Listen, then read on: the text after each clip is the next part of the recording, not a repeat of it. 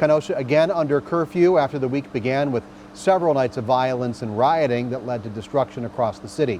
Tonight, quiet, a chance to catch your breath and clean up. Tom Durian in one of those areas hard hit, the city's Uptown neighborhood. Tom?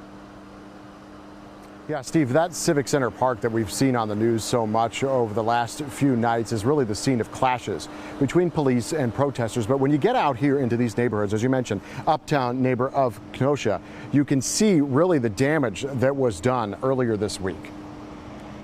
Yeah, it looks like it's World War II down here. You know, it's a lot worse than I anticipated. For people like Ed Jurgensen, they had to see the damage done from nights of unrest for themselves. This place is going to have to be torn down completely. Armed with cell phones and cameras, people were making special trips to the neighborhood's hardest hit. Maria Davis brought her sons to see the damage along 22nd Avenue. There's a lot of devastation. I think it's a lot more than I expected just watching some of the footage on TV. While some businesses are an obvious complete loss, you have to peek behind the boarded up windows to see the destruction of others.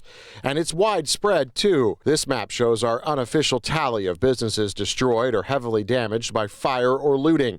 You can see it spread more than a dozen blocks from Civic Center Park. This place isn't just a business. It was like a big part of my life. Tony Farmer was born and raised in Kenosha. He owns one of the businesses that fell victim to what he calls anarchy and chaos. I know people, want to make a point and get their point across and get the attention they need, but there's a way to do it, and burning down your community isn't the right way. He hopes to reopen in another location, but he knows a lot of the business owners will never recover. They're just going to be empty lots sitting for years. So the owner of this business right here that we're standing in front of tells me that because this was a riot, his insurance is not going to cover what happened here. So he, like many business owners here in this neighborhood, have set up GoFundMe pages or fundraisers to try and get money to rebuild. Reporting live in Kenosha, Tom Durian, TMJ4 News. Tom, thank you. Also at TMJ4.com, you can read the full criminal complaint detailing the charges against 17-year-old Kyle Rittenhouse. An extradition hearing is set for tomorrow morning that will send him from Illinois to Wisconsin to face those charges.